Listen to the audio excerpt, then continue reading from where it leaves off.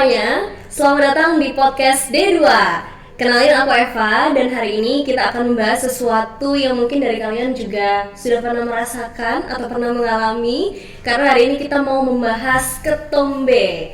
Dan buat nemenin obrolan seru hari ini, tentunya aku juga sudah mengajak 3 orang narasumber yang pastinya seru banget. So, ini dia Fajar, Aca, dan Cita. Hai. Teman-teman udah siap buat ngobrol hari ini? Siap. Ini pas banget ya kita kedatangan narasumber yang semuanya punya POV-nya masing-masing dengan kondisinya masing-masing ya teman-teman. Dan mungkin di awal nih aku akan kasih sedikit fun fact dulu tentang ketombe. Dan ternyata teman-teman, sudah sekitar 50% orang dewasa muda di dunia itu pernah mengalami ketombe. Dan mungkin kita salah satunya akan kita bahas di podcast hari ini. Dan tentunya ketombe juga bukan soal kebersihan aja, karena bisa juga tentang kondisi kulit kepala kita. Menarik banget kan? So, buat kalian yang punya rambut, simak podcast ini sampai habis. Oke? Dan teman-teman, di sini kalian semua sudah pernah mengalami ketombe? Sudah. Pernah dong. Pernah semua ya ternyata.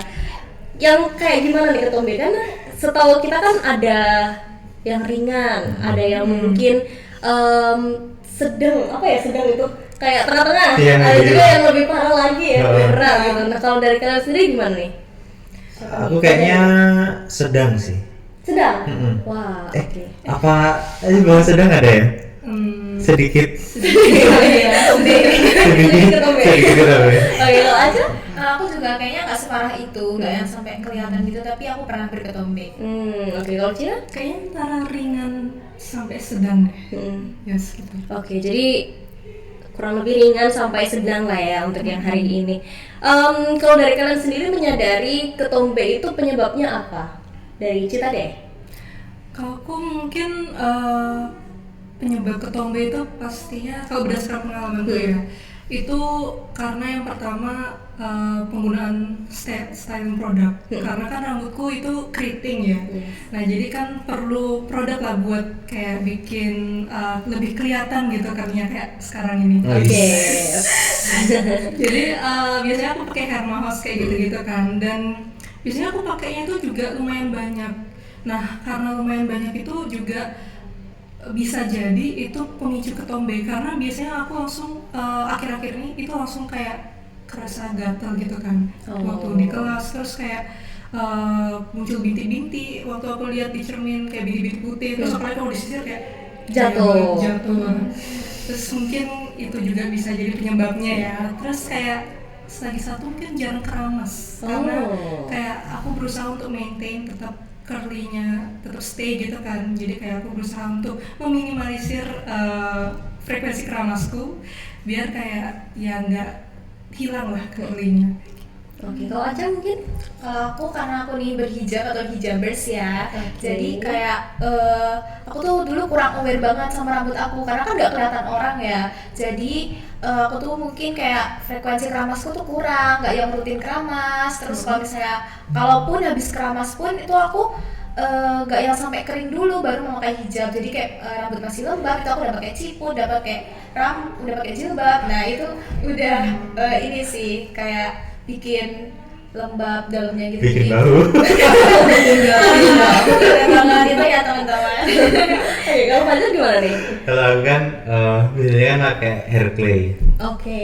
Nah kalau dari pengalaman aku pribadi itu hair clay itu makin bagus kalau itu semakin lama ada di rambut kita. Maksudnya kayak selama aku apply hair clay itu pagi, nah itu akan sampai besok itu akan makin bagus gitu. Nah itu yang bikin aku tuh jarang keramas, kayak bisa 2 kali sehari, 2 hari sekali atau sampai 3 hari sekali. Nah setelah aku lihat-lihat tuh ternyata justru itu yang ngebikin rambut aku tuh berketombe kayak gitu. Oke, kalau tadi Cita juga jarang keramas juga ya kayak Fajar, sama pakai produk juga. Kalau Aca tadi lebih ke lembab gitu ya. Nah ngomongin soal ketombe, kalian ada nggak sih pengalaman menarik tentang ketombe gitu yang mungkin kalian alamin atau kalian pernah dari orang sekitar? Aku ada sih. Oke, kelihatan nih. Jadi kan fun fact dulu tuh aku tuh pesantren ya waktu SMA. Iya, gimana sih? Kenapa sih Cak? Nah itu tuh dulu kan aku tinggal di asrama. Nah terus habis itu aku tuh punya teman yang dia tuh emang berketombe dan bisa dikategorikan itu cukup parah lah. Maksudnya kayak kita melihat sekilas pun tahu kalau dia tuh berketombe gitu. Nah terus mungkin kan orang-orang selama ini orang-orang awam selama ini berpikir kalau ketombe itu bisa menular atau kayak aku nggak mau dia deket sama orang itu berketombe, entah ketombenya nempel di rambut aku terus aku ikut ketombean. Nah ternyata itu tuh nggak benar karena emang waktu itu terbukti aku tuh juga nggak menjaga jarak juga dari teman aku itu. Terus kayak kalau di asrama kan tidurnya kan emang berdekatan gitu ya, itu juga ternyata aku juga nggak nular ke aku gitu. Maksudnya jadi emang ketombe itu tidak menular. Dan di kasus teman aku itu ternyata juga dia tuh berketombe karena faktor genetik atau juga hormon. Karena selama itu dia tuh sudah mencoba berbagai macam solusi untuk mengatasi ketombe, tapi tidak berkurang. Dari mulai ganti sampo, terus keramas yang bisa dibilang 3 kali atau 2 kali sehari kayak gitu. Udah benar-benar berusaha menjaga kebersihan, tapi emang ketombenya tetap ada di rambut dia kayak gitu. Jadi emang di temanku ini kasusnya berketombe karena faktor genetik atau hormon.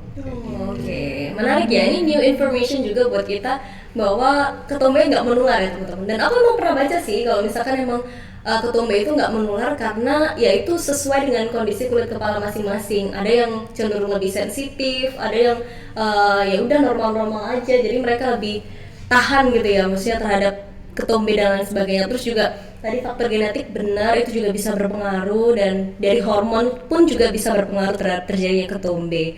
Dan selanjutnya ini ke bagian yang mungkin kita sedikit introspeksi diri gitu ya, tentang kebiasaan perawatan rambut. Nah ini kan pas banget ya, kita kebetulan ada Fajar yang cowok yang selalu on point rambutnya, terus ada Aca juga yang berhijab, dan ada Cita yang rambutnya sering di curly. Mungkin ada kebiasaan perawatan rambut yang dilakukan untuk membantu mengatasi ketombe gitu.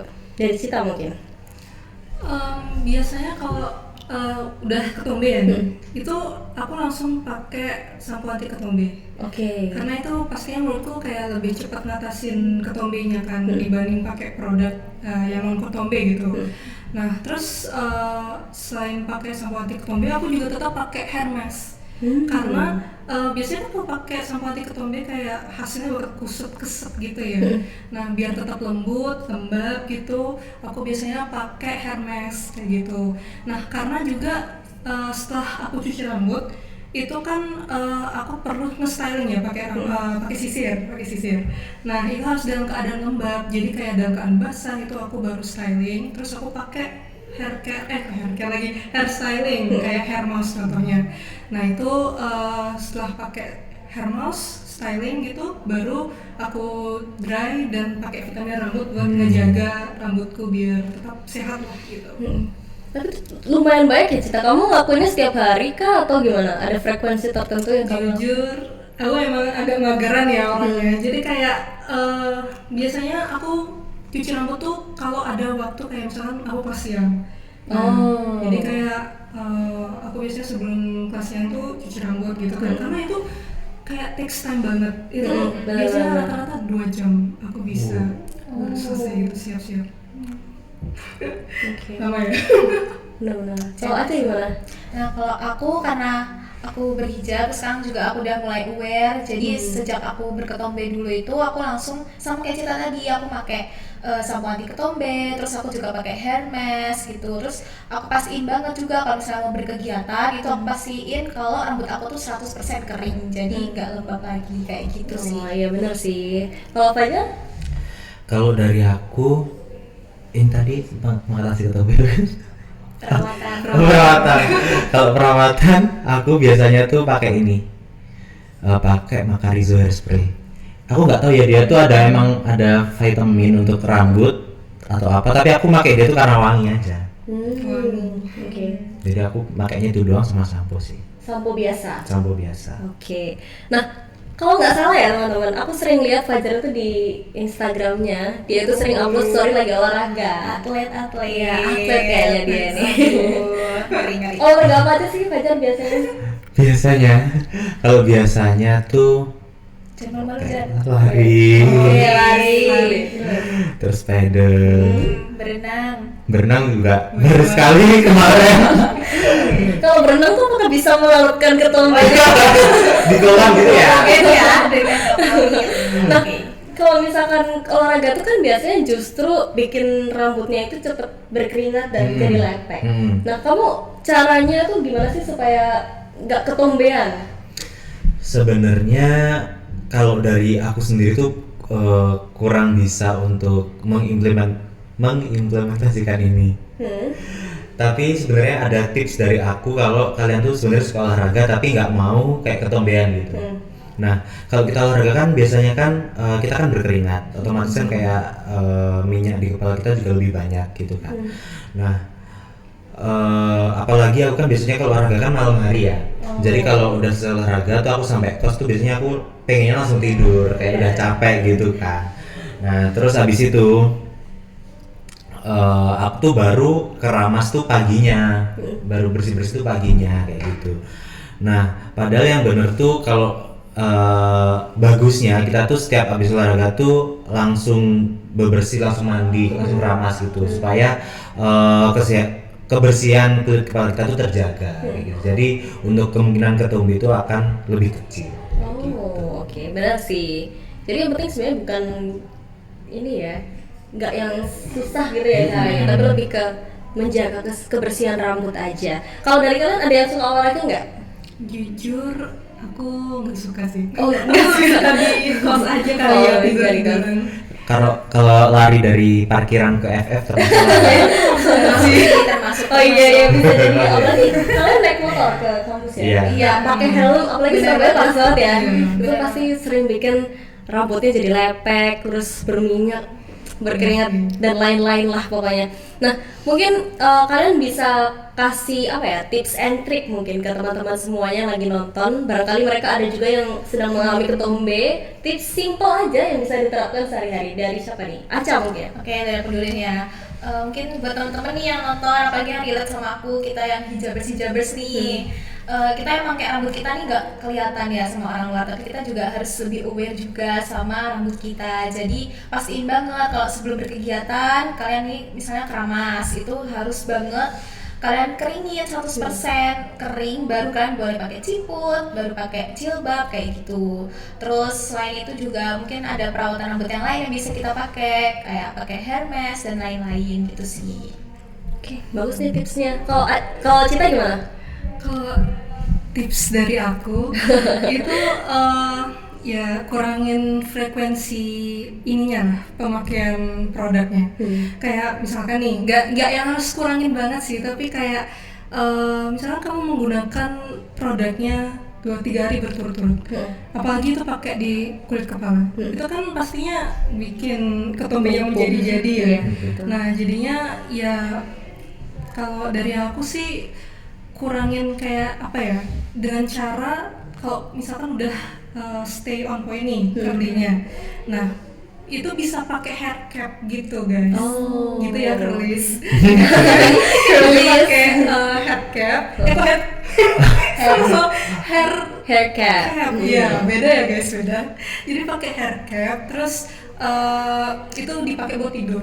Nah nanti besoknya itu ya biar rambutmu nggak yang berantakan banget gitu loh, biar nggak yang kamu terus-terusan nih pakai Yes, produk gitu kan. yes. Itu bisa jadi solusi kayak gitu. Terus yang kedua bukan sering sih, rutin keramasnya. Jadi kan Betul. biasanya aku kayak mungkin sekali 2 kali gitu ya, mungkin bisa lebih seringin lagi ya, rutinin lagi gitu, biar apa ya istilahnya, biar nggak menumpuk gitu lah produk-produk, Yes. sisa produk itu kan di Oke. kulit kepala kayak gitu.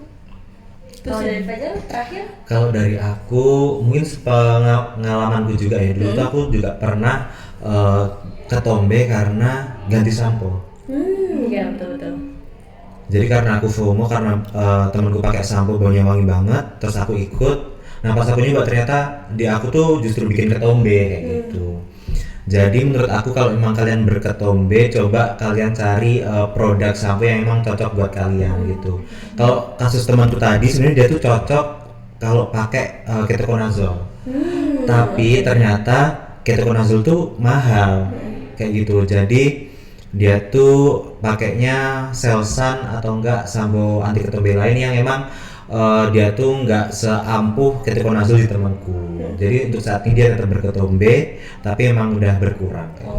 Oke. Jadi mungkin kalau misalkan aku simpulkan pembahasan hari ini tuh sebenarnya ketombe itu banyak banget ya penyebabnya. Tadi ada yang karena lembab, ada juga yang karena banyak aktivitas, ada juga yang karena hair care atau hair treatment yang dipakai gitu. Jadi mungkin kalau misalkan pakai hair treatment nggak usah terlalu banyak karena residunya bisa numpuk nih di rambut dan justru malah bikin makin banyak ketombenya. Terus juga tadi yang penting adalah rutin keramas, bukan sering keramas ya. Karena kalau sering, kalau buat cewek terutama ya, kita justru rambutnya jadi kering, terus belum lagi harus ngeringin, apalagi kalau mungkin cewek-cewek ada yang pakai catok dan lain sebagainya. Jadi rutin keramas dan juga jaga kebersihan rambut itu yang paling utama. Sesimpel tadi kata Fajar, memilih shampoo yang tepat untuk rambut kita seperti itu. Dan ingat, kalau kebersihan rambut itu sangat penting. Kalau kita udah berhasil survive ketombe, tandanya kalian juga bisa. Oke, itu teman-teman obrolan kita hari ini. Semoga episode kali ini bisa bermanfaat dan juga bikin kalian lebih pede. Terima kasih banyak Fajar, Aca dan juga Cita. Terima kasih banyak, menyenangkan sekali hari ini. Terima kasih juga untuk teman-teman di rumah yang sudah menonton. Kalau misalkan teman-teman ada topik yang ingin dibahas di episode selanjutnya, boleh langsung drop di kolom komentar atau langsung chat ke DM kita. Oke? Terima kasih, sampai jumpa di episode berikutnya. Bye bye.